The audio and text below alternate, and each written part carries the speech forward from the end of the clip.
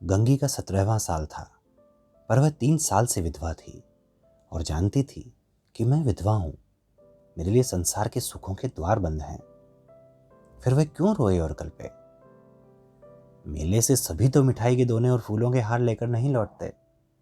कितनों ही का तो मेले की सजी दुकानें और उन पर खड़े नर नारी देखकर ही मनोरंजन हो जाता है। गंगी खाती पीती थी, हंसती बोलती थी। किसी ने उसे मुंह लटकाए अपने भाग्य को रोते नहीं देखा। कड़ी रात को उठकर गोबर निकालना, गाय बैलों को सानी देना, फिर उपले पाथना उसका नित्य का नियम था। तब वह अपने भैया को गाय दुहाने के लिए जगाती थी, फिर कुएं से पानी लाती, चौके का धंधा शुरू हो जाता। गांव की भावजें उससे हंसी करती, पर एक विशेष प्रकार की हंसी छोड़कर। सहेलियां ससुराल से आकर उससे सारी कथा कहती, पर एक विशेष प्रसंग बचाकर। सभी उसके वैधव्य का आदर करते थे। जिस छोटे से अपराध के लिए उसकी भावज पर घुड़कियां पड़ती, उसकी मां को गालियां मिलती, उसके भाई पर मार पड़ती, वह उसके लिए क्षम्य था। जिसे ईश्वर ने मारा है उसे क्या कोई मारे। जो बातें उसके लिए वर्जित थी उनकी ओर उसका मन ही न जाता था। उसके लिए उसका अस्तित्व ही न था। जवानी के इस उमड़ते हुए सागर में मतवाली लहरें न थी, डरावनी गरज न थी, अचल शांति का साम्राज्य था।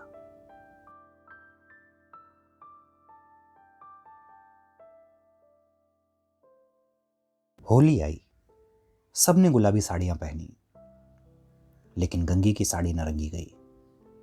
मां ने पूछा, बेटी तेरी भी साड़ी रंग दूं? गंगी ने कहा, नहीं अम्मा, यूं ही रहने दो। भावज ने फाग गाया, वह पकवान बनाती रही। उसे इसी में आनंद था। तीसरे पहर दूसरे गांव के लोग होली खेलने आए। यह लोग भी होली लौटाने जाएंगे। गांव में यही परस्पर व्यवहार है। मैकू महतो ने भंग बनवा रखी थी। चरस, गांजा, माजूम सब कुछ लाए थे। गंगी ने ही भंग पीसी थी। मिठाई अलग बनाई थी, नमकीन अलग। उसका भाई पिलाता था, वह हाथ धुलाती थी। जवान सिर नीचा किए पीकर चले जाते। बूढ़े गंगी से पूछ लेते, अच्छी हो न बेटी? या चुहल करते, क्यों रे गंगिया, पावस तुझे खाना नहीं देती क्या, जो इतनी दुबली हो गई है? गंगिया हंस कर रह जाती। देह क्या उसके बस की थी, न जाने क्यों वह मोटी हुई थी। भंग पीने के बाद लोग फाग गाने लगे। गंगिया अपनी चौखट पर खड़ी सुन रही थी। एक जवान ठाकुर गा रहा था। कितना अच्छा स्वर था, कैसा मीठा। गंगिया को बड़ा आनंद आ रहा था। मां ने कई बार पुकारा, सुन जा। वह न गई। एक बार गई भी तो जल्दी से लौट आई। उसका ध्यान उसी गाने पर था। न जाने क्या बात उसे खींचे लेती थी, बांधे लेती थी। जवान ठाकुर भी बार बार गंगिया की ओर देखता और मस्त हो होकर गाता। उसके साथ गांव वालों को आश्चर्य हो रहा था, ठाकुर को यह सिद्धि कहाँ मिल गई। वह लोग विदा हुए तो गंगिया चौखटे पर खड़ी थी। जवान ठाकुर ने भी उसकी ओर देखा और चला गया। गंगिया ने अपने बाप से पूछा, कौन गा रहा था दादा? कोठार के बुद्धू सिंह का लड़का है, गरीब सिंह। बुद्धू रीति व्यवहार में आते जाते थे। उनके मरने के बाद अब वही लड़का आने जाने लगा। यहां तो पहले पहल आया है ना? हाँ, और तो कभी नहीं देखा। मिजाज बिल्कुल बाप का सा है, वैसी ही मीठी बोली है। घमंड तो छूकर भी नहीं गया। बुद्धू के बखार में अनाज रखने को जगह न थी, पर चमार को भी देखते तो पहले हाथ उठाते। वही इसका स्वभाव है। गोरू आ रहे थे। गंगी पगैया लेने भीतर चली गई। वही स्वर उसके कानों में गूंज रहा था। कई महीने गुजर गए। एक दिन गंगी गोबर पाथ रही थी। सहसा उसने देखा वही ठाकुर सिर झुकाए द्वार पर से चला जा रहा है। वह गोबर छोड़कर उठ खड़ी हुई। घर में कोई मर्द न था, सब बाहर चले गए थे। वो कहना चाहती थी, ठाकुर बैठो, पानी पीते जाओ, पर उसके मुंह से बात न निकली। उसकी छाती कितने जोर से धड़क रही थी। उसे एक विचित्र घबराहट होने लगी। क्या करे, कैसे उसे रोक ले। गरीब सिंह ने एक बार उसकी ओर ताका, फिर आंखें नीची कर ली। उस दृष्टि में क्या बात थी कि गंगी के रोए खड़े हो गए। वह दौड़ी घर में गई और मां से बोली, अम्मा वह ठाकुर जा रहे हैं, गरीब सिंह। मां ने कहा, तो किसी काम से आए होंगे। गंगी बाहर गई तो ठाकुर चला गया था। वह फिर गोबर पाथने लगी, पर उपले टूट जाते थे, अपने ही आप हाथ बंद हो जाते, मगर फिर चौंक कर पाथने लगती, जैसे कहीं दूर से उसके कानों में आवाज आ रही हो। वही दृष्टि आंखों के सामने थी। उसमें क्या जादू था, क्या मोहिनी थी। उसने अपनी मूक भाषा में कुछ कहा। गंगी ने भी कुछ सुना।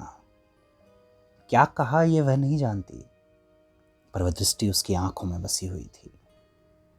रात को लेटी तब भी वही दृष्टि सामने थी, स्वप्न में भी वही दिखाई दी। फिर कई महीने गुजर गए।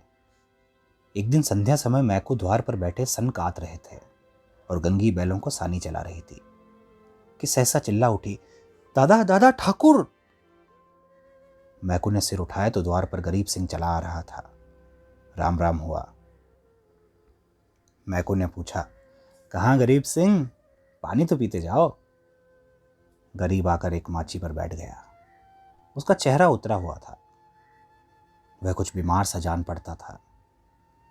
मैको ने कहा, कुछ बीमार थे क्या? नहीं तो दादा। कुछ मुंह उतरा हुआ है, क्या ब्याज सूद की चिंता में पड़ गए?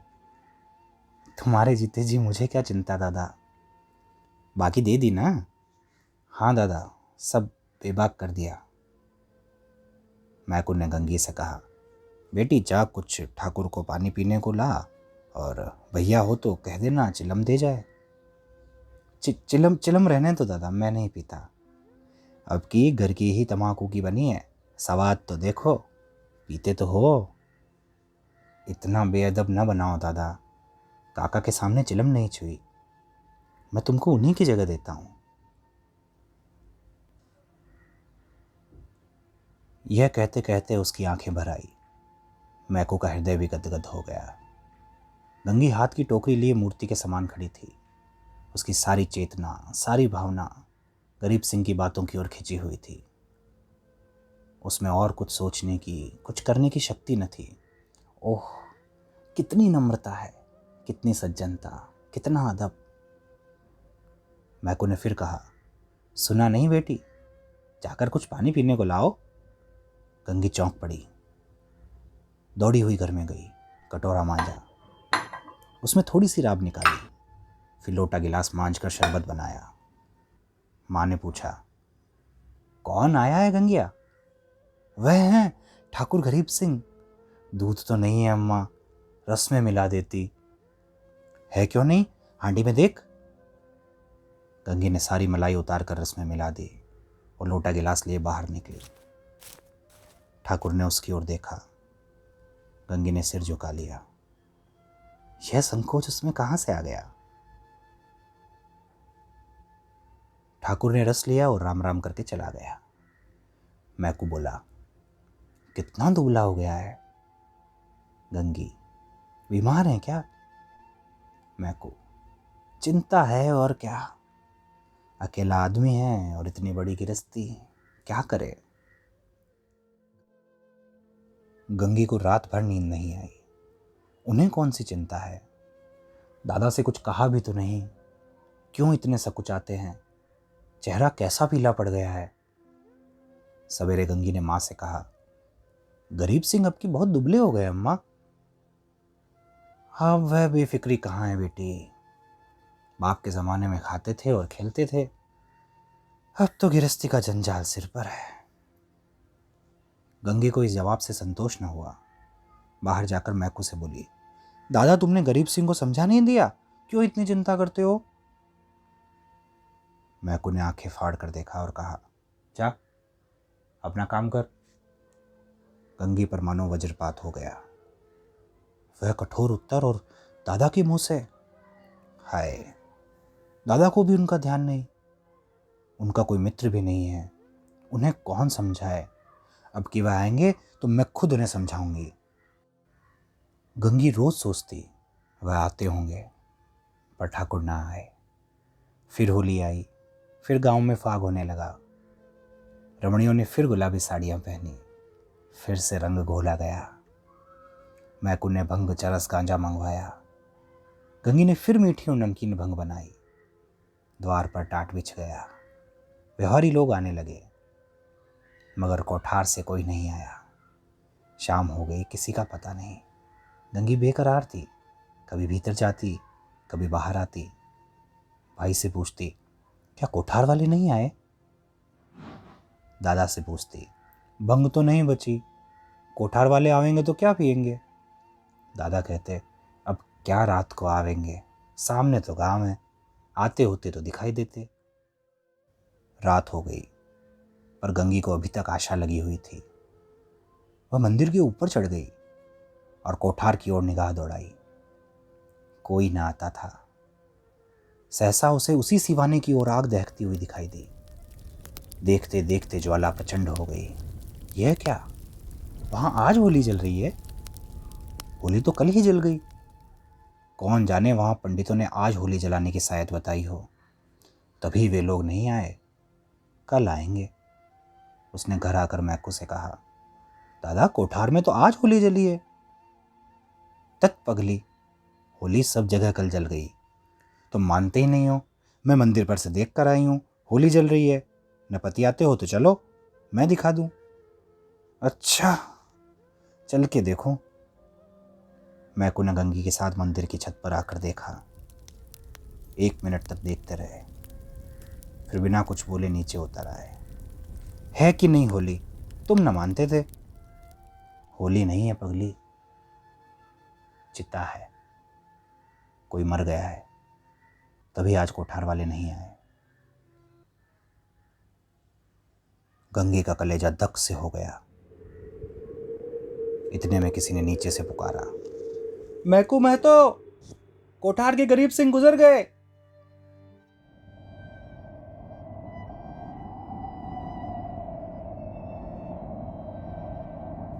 मैकू नीचे चले गए, पर गंगी वहीं स्तंभित खड़ी रही। कुछ खबर ना रही, मैं कौन हूं, कहां हूं। मालूम हुआ जैसे गरीब सिंह उस सुदूर चिता से निकलकर उसकी ओर देख रहा है। वही दृष्टि थी, वही चेहरा। क्या उसे वह भूल सकती थी? उस दिवस से फिर कभी होली देखने न गई। होली हर साल आती थी, हर साल उसी तरह भंग बनती थी, हर साल उसी तरह फाग होता था, हर साल अबीर गुलाल उड़ती थी। पर गंगी के लिए होली सदा के लिए चली गई थी।